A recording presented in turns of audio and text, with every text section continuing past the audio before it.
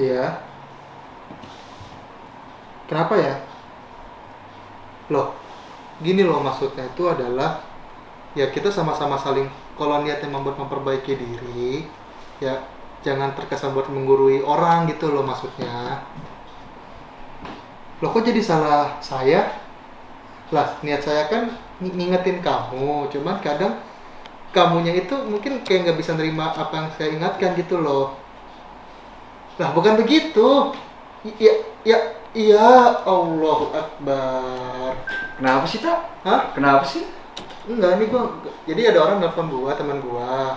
Tiba-tiba kan dia nanya kan, apa dia ngomong, "Tak lu kalau mau nasihatin orang di status medsos tuh jangan terkesan menggurui." Nah, sedangkan gue bikin status itu niatnya adalah gue pengen ngingetin orang loh, bukan bermaksud nyindir dia, tapi dia kayak ngerasa tersindir gitu. Paham, paham, paham. Makanya gue bingung nih. Maksudnya antum itu udah bagus. Buat memperingatkan orang itu udah bagus. Cuman caranya yang salah. Ya kan? Nah, itu sifat antum itu harus dirubah. Nggak bisa begitu terus. Nanti orang sakit hati kan. Berkurang teman Anda. Nah, itu Musuh yang dia nih. nambah kan. Malahan jadinya baper nih kayaknya nih. Nah sama saya iya, nih. nah tapi tak, jujur saya nggak bisa menasihati Okta panjang-panjang lebar, nggak bisa, karena itu bukan kapasitasnya saya gitu. Tapi jangan khawatir, ada sebuah tayangan yang bisa menjadi rujukan Okta untuk memperbaiki sifat.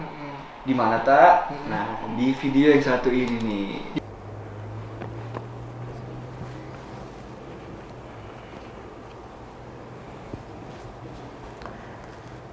Bismillahirrahmanirrahim.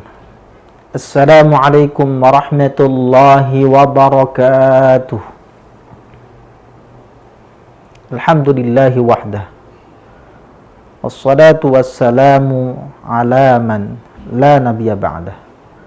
Ashhadu an la ilaha illallah wahdahu la syarika lah. Wa ashhadu anna Muhammadan abduhu wa rasuluh.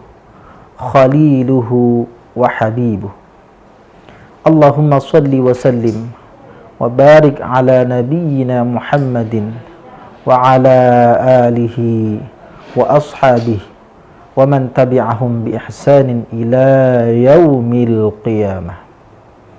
Amma ba'du. Faqad qala Allah Ta'ala fil Qur'anil Karim wa huwa asdaqul qailin. أعوذ بالله من الشيطان الرجيم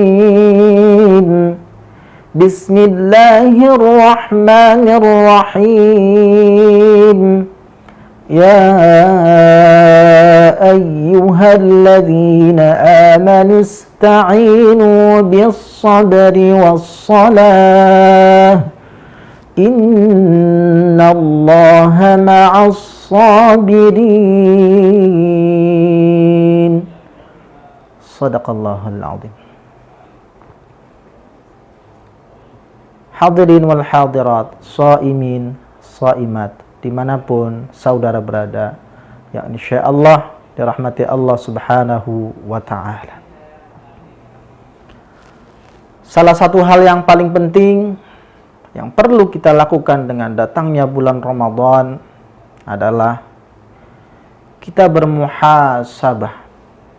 Kita bercermin, melakukan refleksi terhadap diri kita sendiri.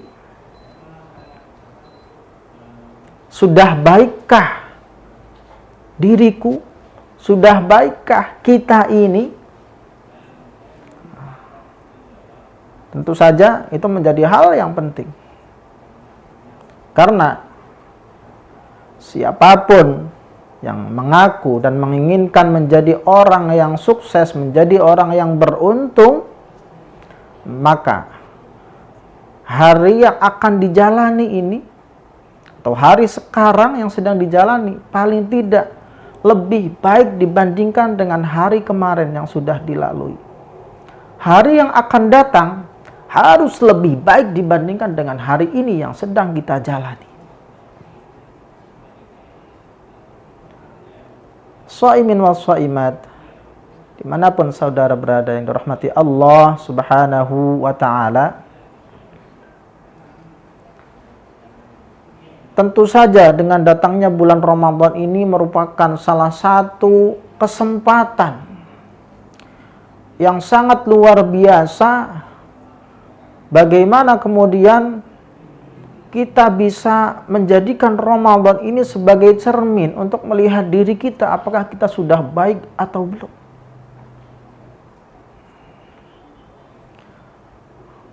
Jadi salah satu hal yang diajarkan, diinginkan melalui datangnya Ramadan adalah bagaimana kemudian kita bisa mengendalikan nafsu kita.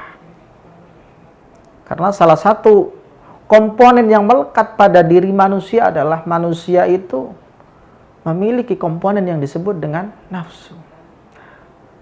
Ramadan ini treatment, sarana yang diberikan Allah spesial untuk umat Muhammad sallallahu alaihi wasallam untuk mengetahui apakah dirinya sudah baik atau belum. Salah satunya adalah dengan Ramadan ini kita belajar untuk mengendalikan hawa nafsu. Kenapa? Allah berfirman, "Wa ma ubarri'u nafsi, innan nafsa la'ammaratum bisu."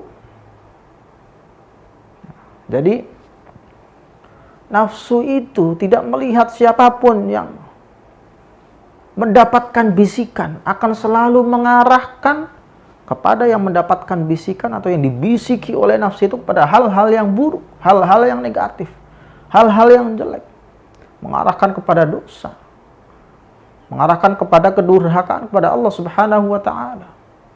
Bahkan sampai Nabi Yusuf pun sama. Zulaikha juga di dalam ayat tersebut mengakui yang mengarahkan sehingga nafsunya itu memuncak, ingin melakukan hal yang tidak senonoh karena dorongan nafsu. Illa ma rahima rabbi, kecuali orang yang mendapatkan naungan, mendapatkan petunjuk dari Allah Subhanahu wa taala. Ramadan ini kita akan banyak belajar untuk mengendalikan hawa nafsu kita. Tidak boleh kita marah-marah, tidak boleh kita kemudian saling berdebat, saling menjelekkan, saling menghibah dan sebagainya. Itu secara hal-hal yang kemudian terkait dengan kepribadian kita. Terkait dengan kenyataan, kita juga harus menahan nafsu.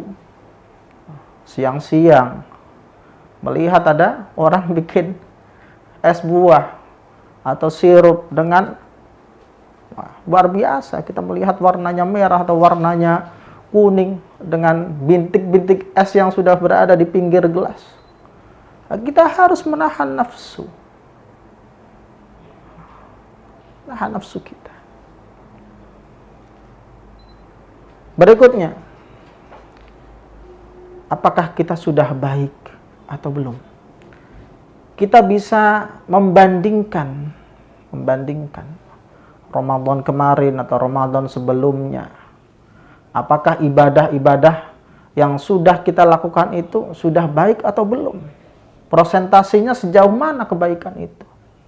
Nah, misalkan Ramadan kemarin berada di dalam kondisi yang memang berada di bawah titik nadir, di bawah titik di mana hampir semua manusia itu mengalami kegalauan, mengalami problema. Nah, maka kemungkinan walaupun diarahkan untuk ibadah di rumah, bisa jadi Al-Quran pun tidak tersentuh. Sholat tarawih karena biasanya semangatnya dengan berjamaah, lah ini nggak boleh sholat tarawih. Akhirnya ibadah-ibadah, amaliyah-amaliyah Ramadan itu tidak ada yang kita jalankan. Mau bersedekah, dompetnya kosong. Masya Allah. Maka marilah dengan datangnya bulan Ramadan ini kita memperbaiki diri supaya diri kita lebih baik. Minimal dalam satu bulan ini hatam sekali. Masa nggak bisa? Imam Syafi'i hatam sampai 60 kali. Itu berarti sehari hatam 2 kali. Kita sebulan hatam sekali nggak bisa. Masya Allah, kebangetan. Nah, sehari 1 juz insya Allah. Caranya gimana kalau ingin sehari 1 juz? Setelah selesai sholat fardu, buka Al-Quran, baca 4 halaman atau 2 lembar itu, karena 1 juz itu 20 halaman atau 10 lembar. Maka insya Allah kalau setelah selesai sholat fardu kita baca Al-Quran, tadi 4 halaman atau 2 lembar, sehari 1 juz, insya Allah khatam. Niat, bismillah, bismillah. Sekali lagi, ibda binafsik, mulai dari diri kita. Kalau bukan kita sendiri yang mau mulai, siapa lagi? Sekali lagi, kalau bukan diri kita yang mau mulai, siapa lagi? Mau mengharapkan orang lain, tidak mungkin. Tidak mungkin. Mau bersedekah tadi, kondisi kita sedang sulit. Nah, kalau keadaan kita sekarang sudah membaik, sedekahlah di bulan Ramadan. Nah, mungkin bisa kita budayakan mengeluarkan zakat mal kita itu di bulan Ramadan. Kenapa? Karena setiap amalan-amalan di bulan Ramadan ini pahalanya dilipat gandakan. Amalan yang sifatnya sunnah dihitung pahalanya menjadi amalan yang bernilai ibadah wajib. Yang wajib dilipat gandakan menjadi lebih besar lagi. Shaimin, shaimat yang dirahmati Allah Subhanahu wa ta'ala. Berikutnya, sudah baikkah diriku? Kita harus mengenal diri kita sendiri. Man 'arafa nafsah faqad 'arafa rabbah. Barang siapa mengenal dirinya, insya Allah akan bisa mengenal siapa Tuhannya.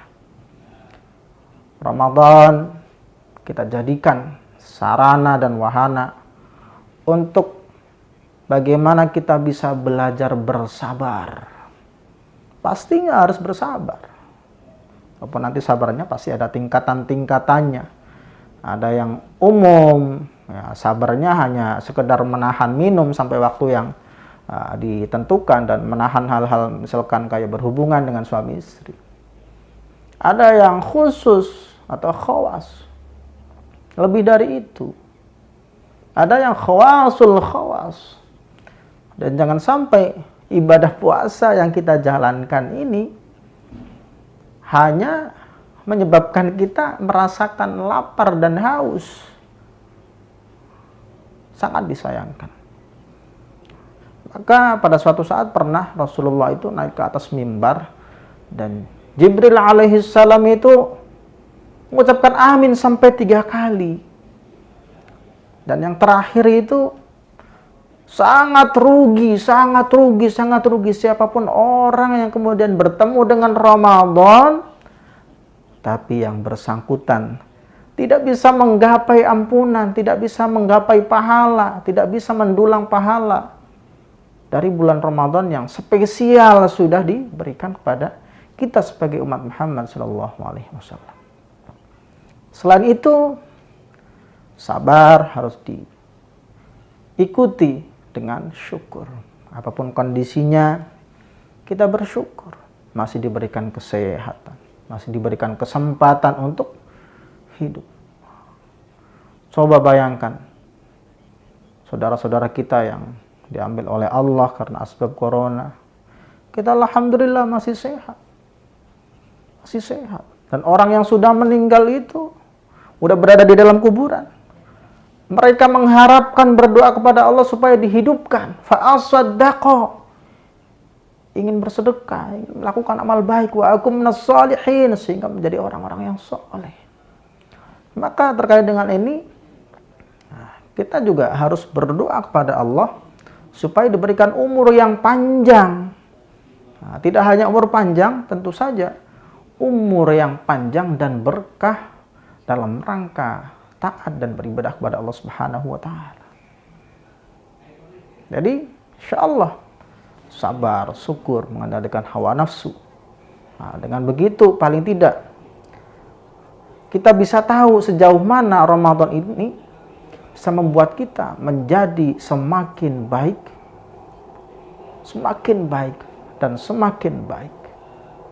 Sehingga insya Allah Ramadan ini kita anggap sebagai madrasah, sebagai salah satu wahana untuk mengetahui bagaimana kondisi kita. Apakah lebih baik atau justru biasa-biasa saja, stagnan, atau justru turun.